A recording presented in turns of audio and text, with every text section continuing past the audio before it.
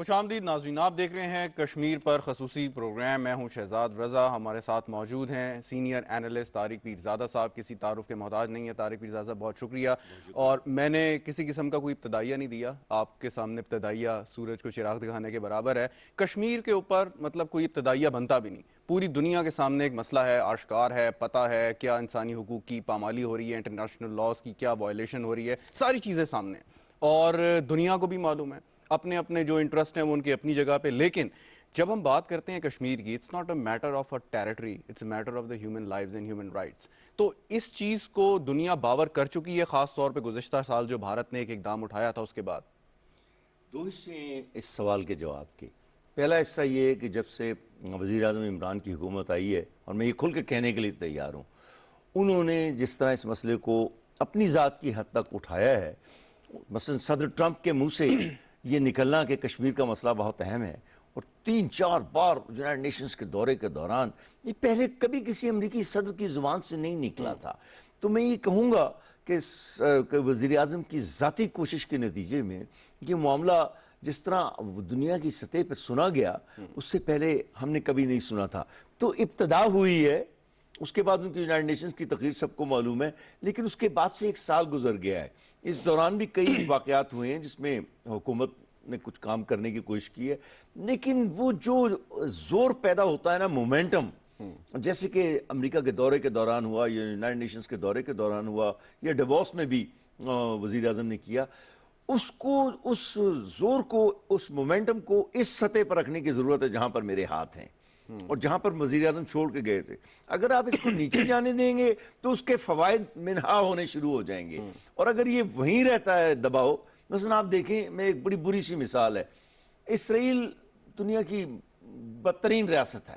فلسطینیوں کے علاقے پہ قبضہ کیا ہو، لیکن وہ اپنے ناجائز نقطہ نظر کے لیے کرتے کیا ہیں ہر وقت؟ وہ اپنے آپ کو ایک دنیا کی نظروں میں ہر وقت ایک مظلوم ریاست کی صورت میں مسلسل پیش کرتے رہتے ہیں، جو صدی کا سب سے بڑا جھوٹ ہے۔ آپ نے اس صدی کا سب سے بڑا جو سچ ہے، کشمیر، اس صدی کا سب سے بڑا سچ دو ہیں، ایک فلسطین، ایک کشمیر، ان دونوں کو اس سطح پر رکھنا ہے کہ معاملہ اس کا زور نہ ٹوٹنے پائے، اس کا مومنٹم نہ ختم ہونے پائے۔ اچھا، یہ سفارتکاری کا وہ حصہ ہے۔ اس پہ میں آتا ہوں کہ پاکستان کا علائی عمل کیا ہونا چاہیے، لیکن اس سے پہلے کہ وہاں پر اجتماعی قبریں برآمد ہوتی ہیں، وہاں پہ سینکڑوں لوگوں کو بغیر کسی شناخت کے وہ ایک جگہ پہ دفن کر دیا جاتا ہے، انسانی حقوق کو بند کر دیتے، کمیشن کو بند کر دیتے ہیں تاکہ کسی قسم کی تحقیق نہ ہو، یو این کے انڈیپینڈنٹ آبزرورز کو آپ وہاں پہ ایکسیس نہیں دیتے، جبکہ آزاد کشمیر میں وہ جب چاہیں آ جا سکتے ہیں اور اپنی رپورٹ پیش کر سکتے ہیں۔ اس کے باوجود ہمیں ایک نیریٹو دیا جاتا تھا کہ جی بھارت کیونکہ بڑی مضبوط ایک اکانومی ہے اور اس کی وجہ سے دنیا کی جو بڑی طاقتیں ہیں وہ بھارت کو ناراض نہیں کرنا چاہتی، لیکن گزشتہ 1 سال سے جو رویہ رہا ہے اس میں آپ کو کوئی چینج محسوس نہیں ہوئی؟ میں اس کے متعلق ایک افغانستان کی بات کروں گا ہندوستان کے حوالے سے، اور ایک براہ راست کشمیری کی بات کر لیتے ہیں دوبارہ۔ دیکھیں، مسئلہ یہ ہے کہ ہم اس ساری صورتحال میں اس سے خوفزدہ ہونے کی ضرورت نہیں ہے کہ ہندوستان کتنی بڑی ریاست ہے، تمام عرب دنیا بہت بڑی ہے اسرائیل سے۔ ٹرو، میں ایک منفی مثال بار بار اس لیے دے رہا ہوں تاکہ اس سے یہ نقطہ واضح ہو جائے۔ اچھا، اس کے ساتھ ساتھ آپ فلسطینیوں کو دیکھ لیں، 150 ملک تمام تر امریکی دباؤ کے باوجود اور دوسرے ملکوں کے دباؤ کے باوجود فلسطینیوں کے ساتھ کھڑے ہیں سفارتی حد تک، کیونکہ ان کے پیچھے نہ کوئی ایٹمی ریاست پاکستان ہے، چونکہ پاکستان تو ایک ایٹمی ریاست ہے جو کشمیریوں کے ساتھ کھڑی ہے، ان کے پاس تو کوئی نہیں ہے، اس کے باوجود وہ اپنی سفارتکاری کے زور پر وہاں پر آئے ہوئے ہیں۔ چنانچہ میں یہ کہوں گا کہ ہندوستان کے حجم، اس کے وسائل، ان دونوں باتوں کا کشمیر کی آزادی سے کوئی تعلق نہیں۔ اس کی وجہ یہ ہے کہ اگر روپے پیسے سے اور حجم سے تعلق ہوتا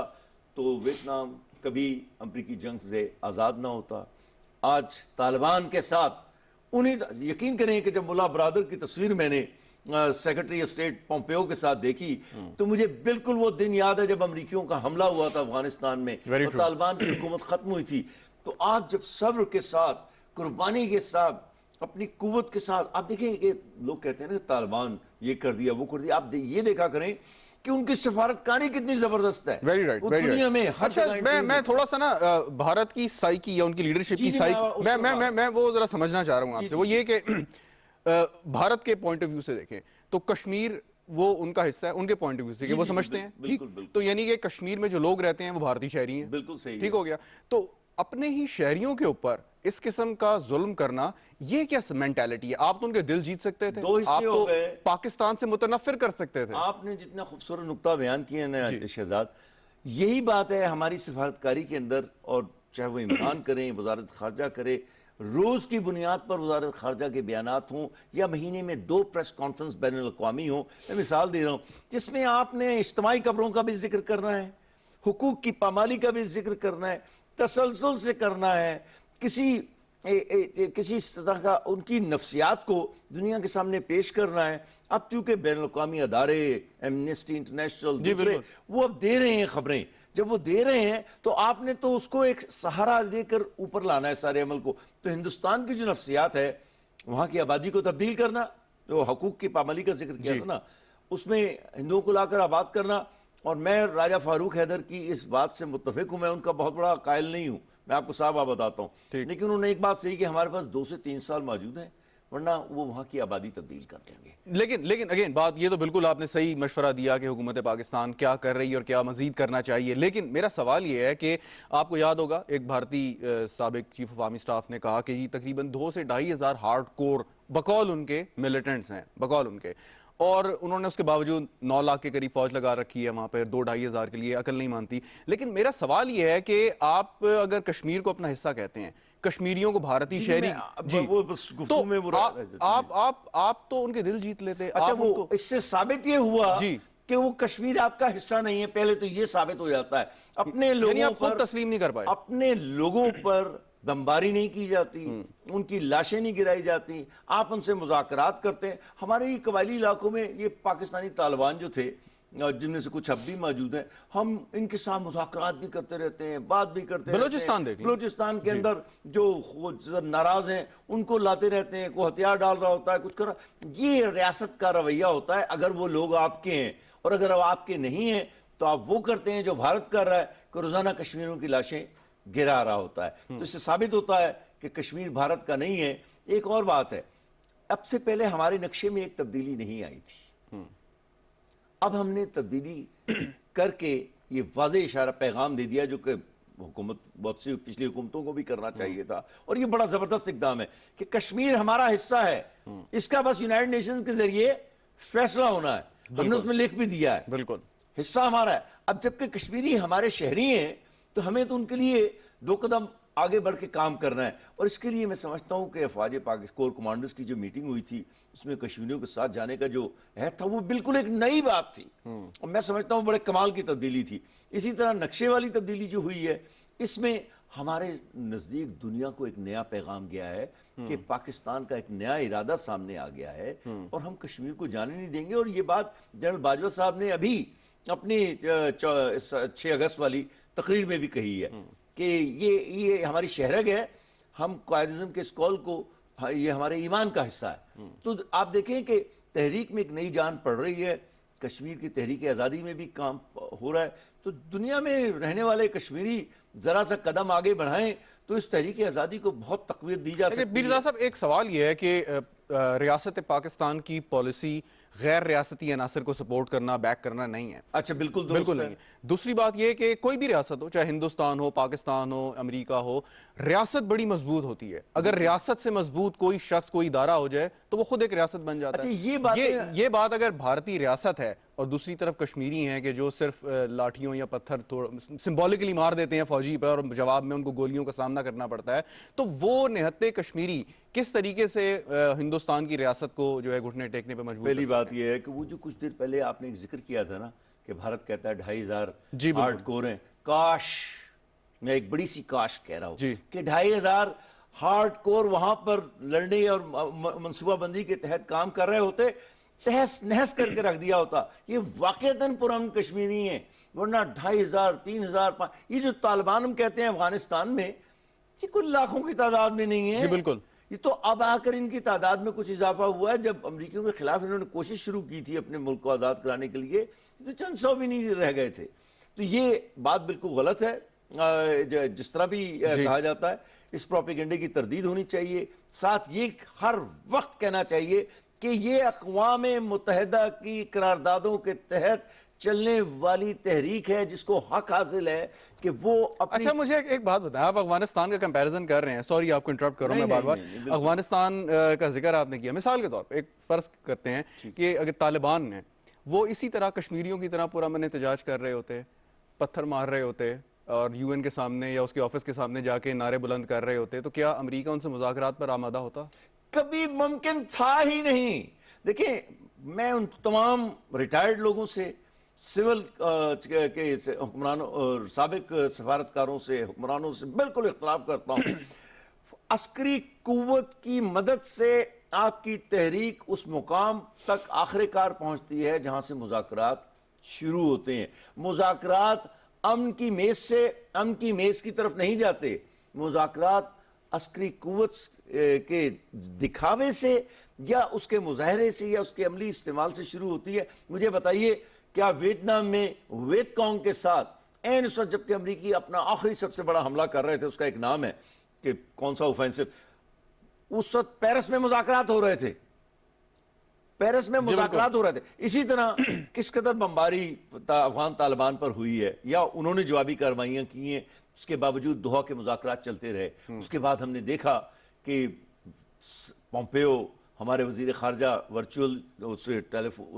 شریک ہوئے اور وہاں پر مذاکرات ہو رہے ہیں. اور کل ایک بات کا ذکر کرتا چلوں، اس سے کشمیر کا تعلق ہے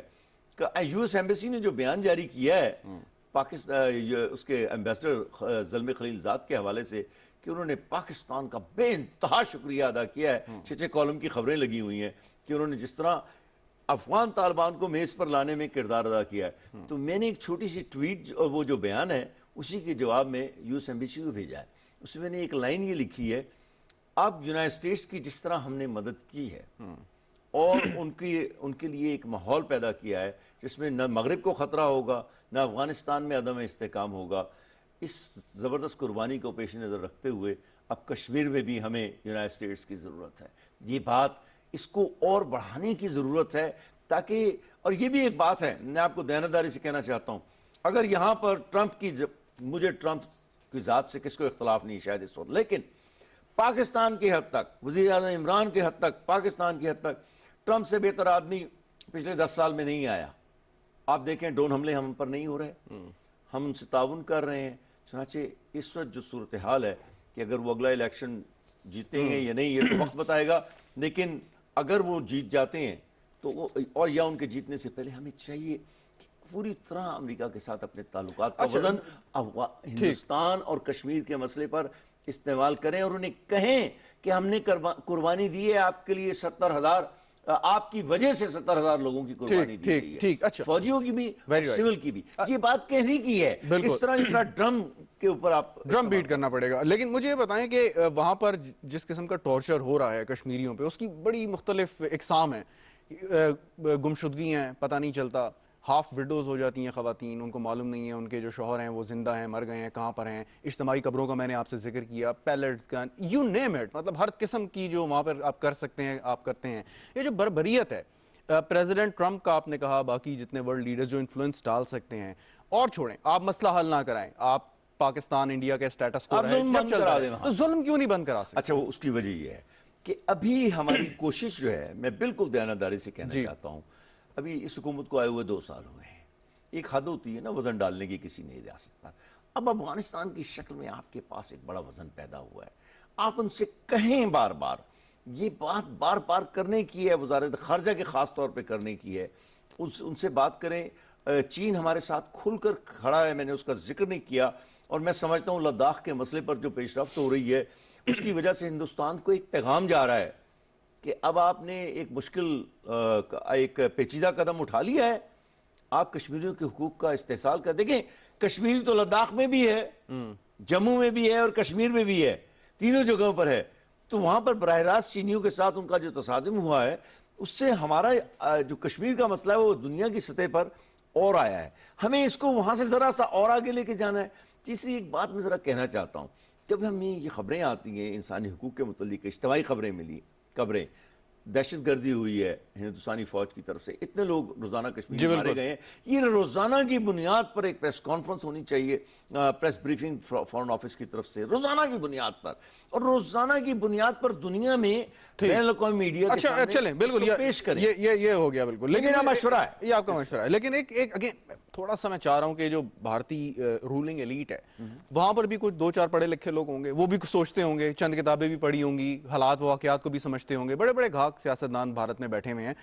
ان کے ذہن میں بھی تو کوئی حکمت عملی ہوگی، وہ کیا سمجھتے ہیں کہ یہ مسلسل یہ ظلم جبر اور اس قسم کی ایگریسو پالیسی سے وہ کیا اچیو کر لیں گے؟ الٹیمیٹلی تو ایک ببل ہے نا، دو طرح سے جواب دیتا ہوں، اور شاید میں اس کا جواب دینے کی تھوڑی سی پوزیشن میں اس لیے ہوں،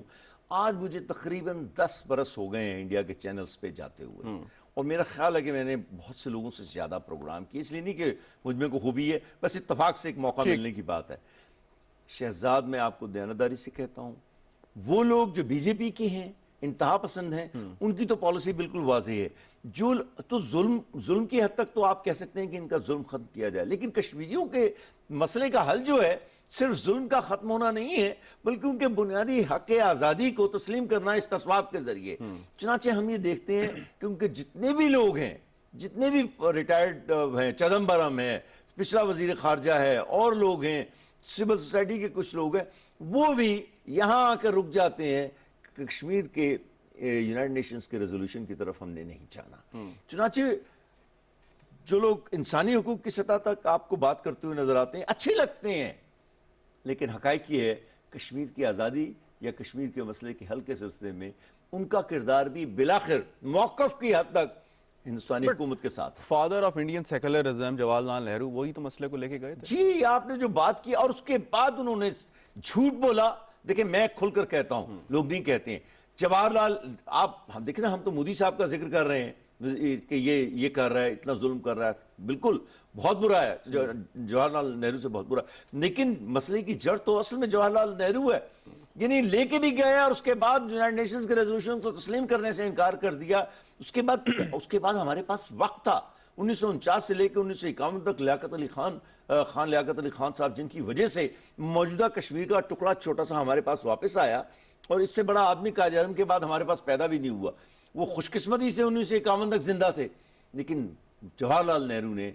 بالکل دھوکہ دیا، جھوٹ بولا، اور یہ ہندوستانی قیادت کی ایک روایت ہے۔ تو وہ یہ مسلسل اس قسم کی حکمت عملی رکھے وہ کیا سمجھتے ہیں؟ اب آپ دیکھیں کہ اگر وہ کہتے ہیں کہ جی مسلمانوں کی نسل کشی کرنا، 30 کروڑ سے زائد مسلمان بھارت میں اس وقت موجود ہیں، تو 30 کروڑ لوگوں کی نسل کشی تو ممکن نہیں ہے نا، ان کی مطلب کوئی ذہن میں پالیسی ہوگی کس طریقے سے آپ نے اس چیز کو چلانا ہے، یا سبجوگیٹ کر کے رکھنا ہے، آپ اتنی عرصے اتنی بڑی آبادی کو تو محکوم نہیں بنا سکتے۔ 2، 4، 5، 6 طریقے ہیں چیزوں کے۔ 14 سے 18% کے درمیان مسلمانوں کی آبادی ہے، میں اب مقبوضہ کشمیر کے علاوہ بات کر رہا ہوں، چونکہ وہ تو ان کا حصہ نہیں ہے۔ 14 سے 18% کے صرف 4-4.5% کے پاس ملازمتیں ہیں۔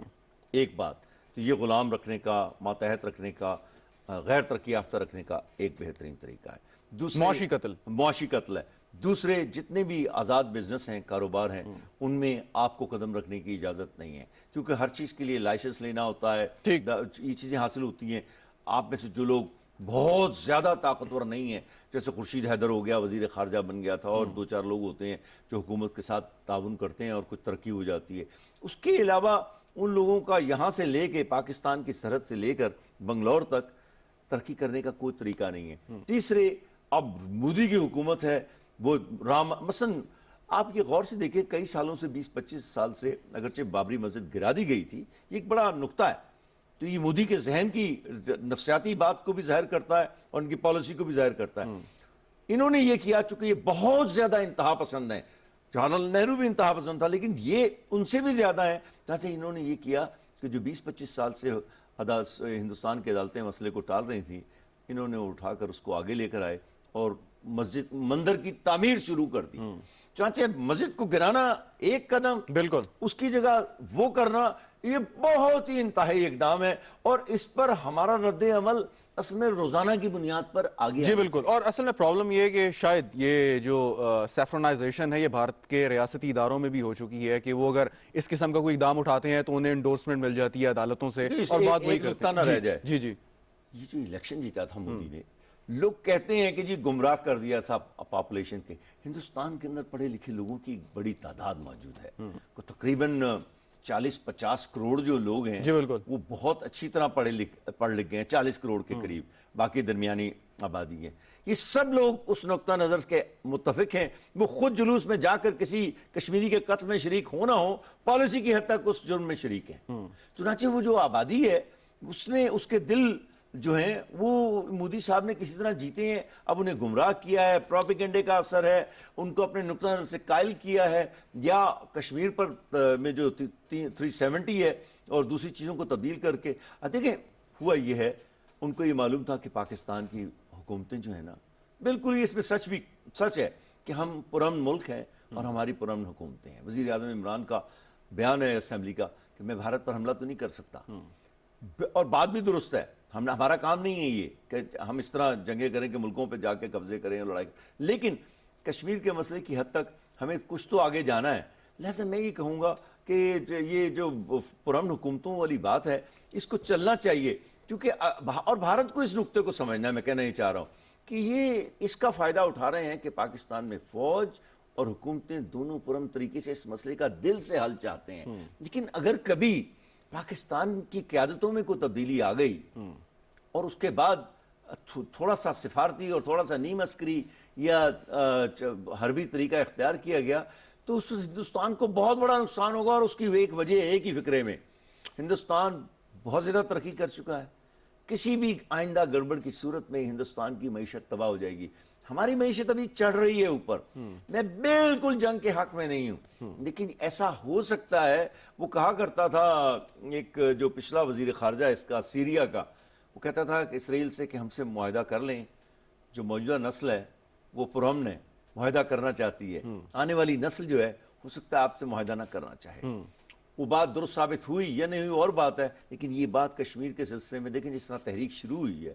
اس وقت مذاکرات ہو سکتے ہیں. جس وقت کشمیر میں روزانہ کی بنیاد پر سینکڑوں بھارتی فوجی مرے گا اور کشمیری بھی اسی طرح جان دیں گے, اس کے بعد مذاکرات کی میز سے چلی جائے گی. اچھا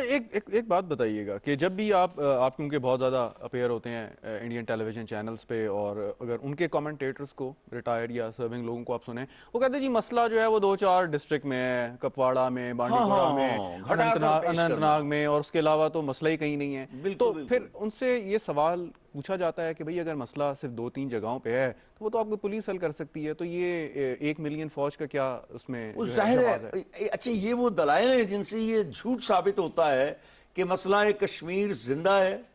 مقبوضہ کشمیر بھارت کا حصہ نہیں ہے. اور اس کا ثبوت یہ ہے کہ 72 سال گزرنے کے بعد اب جو تحریک آزادی شروع ہوئی ہے اس میں خون دینے کی مقدار پچھلی تمام تحریکوں کے مقابلے میں بہت زیادہ ہو گئی ہے. کشمیری سمجھ چکا ہے. اچھا یہاں تک کہ فاروق عبداللہ سمجھ چکا ہے, محبوبہ مفتی سمجھ چکی ہیں کہ بھارت ہمیں دھوکہ دے رہا ہے. تو یہ باتیں جب آپ دیکھنے میں آئیں کہ جو ان کے روایتی کشمیری حلیف تھے ان کی رائے میں ایک بنیادی اساسی تبدیلی آ گئی ہے. اس سے آپ نتیجہ بڑے آرام سے نکال سکتے ہیں کہ بھارت کی نیت کیا ہے, وہ کدھر جا رہا ہے. مقبوضہ کشمیر کو کبھی آزاد نہیں کرنا چاہتا, اور یہ وہ زور ہے جو تحریک آزادی کا ہے جو بھارت پر آہستہ آہستہ بننا شروع ہوا ہے, جس میں بڑے اضافے کی ضرورت ہے. یہ بات درست ہے کہ جو بھارتی پولیٹیکل ایلیٹ ہے ان کے اوپر ملٹری اسٹیبلشمنٹ کا دباؤ ہے کہ آپ اس مسئلے کو اگر حل کریں گے تو وہ جو 1 ملین فوج ہے اس کا مصرف کیا ہوگا, ان کی جو وہاں پہ دال روٹی چل رہی ہے یا جو بھی وہاں پہ حرکتیں کرتے ہیں اس کا وہ کس طریقے سے کریں گے, کہاں انہیں ایڈجسٹ کریں گے, آپ کیا کریں گے. تو کیا یہ بات درست ہے کہ بھارتی فوج جو ہے اپنی ایک سپیریورٹی کے لیے یا کشمیر کے نام پر جو وہ اپنا بجٹ ہر سال لے کے جاتے ہیں اس کی وجہ سے بھی یہ مسئلہ جو ہے پیچیدہ ہو جاتا ہے؟ وہ دلائل ہی یہی دیتے ہیں کہ دیکھیں جی بھارتی فوجی نے تو جان دی ہوئی ہے کشمیر کے لیے, آپ اس کو کیسے تبدیل کر سکتے ہیں اس موقف کو. اس بات کا ثبوت سیاچین میں جب وہ لائن حد بندی کا مسئلہ تھا 2003 میں, تو اس وقت مذاکرات جب ہوئے تھوڑے بہت تو اس میں یہ بات آئی سامنے. تو سب سے بڑی مخالفت جو تھی وہ انڈیا کی آرمی نے کی کہ جب تک پاکستان نہیں مانتا ہے اس کو لائن آف کنٹرول, ہم کہہ رہے تھے کہ بھئی یہ ایز اٹ از کی جیسے یہ ہے اسی پر علیحدہ ہم یہاں تک آئے ہوئے ہیں, لیکن اس کو ہم لائن آف کنٹرول نہیں مان سکتے. لیکن انہوں نے اسی بنیاد پر کہ یہ مان نہیں رہے ہیں اس کو تسلیم نہیں کیا اس بات کو. تو میں یہ کہنا چاہتا ہوں کہ ان کا ارادہ بھارتی فوج کا قبضہ, بھارتی حکومت کا کشمیر پر قبضہ, اس جھوٹ کی بنیاد پر ہے جو اب کھل رہا ہے، لیکن اس کو بہت زیادہ آگے بڑھانے کی ضرورت ہے، ورنہ وہ مصیبت یہ ہے کہ بھارت کا یہ کیلکولیشن یہ ہے جو میں ان کے ٹیلی ویژن سمجھاؤں کہ پاکستان ان کے ساتھ کبھی عسکری تصادم کی طرف نہیں جائے گا۔ اچھا، یہ میرا خیال ہے کہ ایک بہت بڑی غلطی ہے، کبھی ہوتا ہی نہیں ہے کسی ریاست میں کہ آپ کسی مسئلے کو معطل رکھیں،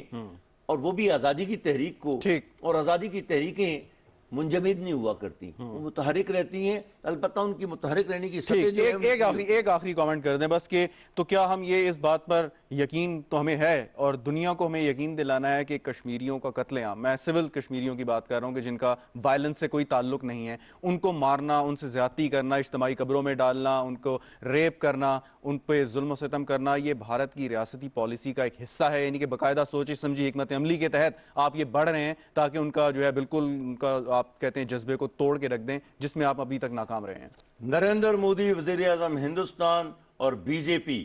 اور اس کے بڑے بڑے حکام، مشیر، اجیت دوال، سب ایک ریاست کے طور پر، ایک پالیسی کے طور پر اس بات پر متفق ہیں کہ کشمیریوں کا خاتمہ کرنا، ان کی آبادی کو تبدیل کرنا، ان کا خون گرانا ہمارے مفاد میں ہے، اور ہم نے یہ کر کے رہنا ہے، یہ ان کی سرکاری پالیسی ہے، اور اس بات کو اگر پاکستان کے دانشور سمجھ لیں تو ہمیں ہماری حکومتوں کو بہت بڑی مدد مل سکتی ہے، اور خاص طور پر میڈیا میں یہ نقطہ نظر آنا چاہیے، کیونکہ ہم دیکھتے ہیں کہ بعض اوقات کشمیر جو ہے اس کی خبر 20ویں نمبر پر ہوتی ہے۔ بہت شکریہ، طارق پیرزادہ صاحب ہمارے ساتھ موجود تھے، سینئر اینالسٹ کشمیر پر بات کر رہے تھے۔ ناظرین، گفتگو آپ نے سنی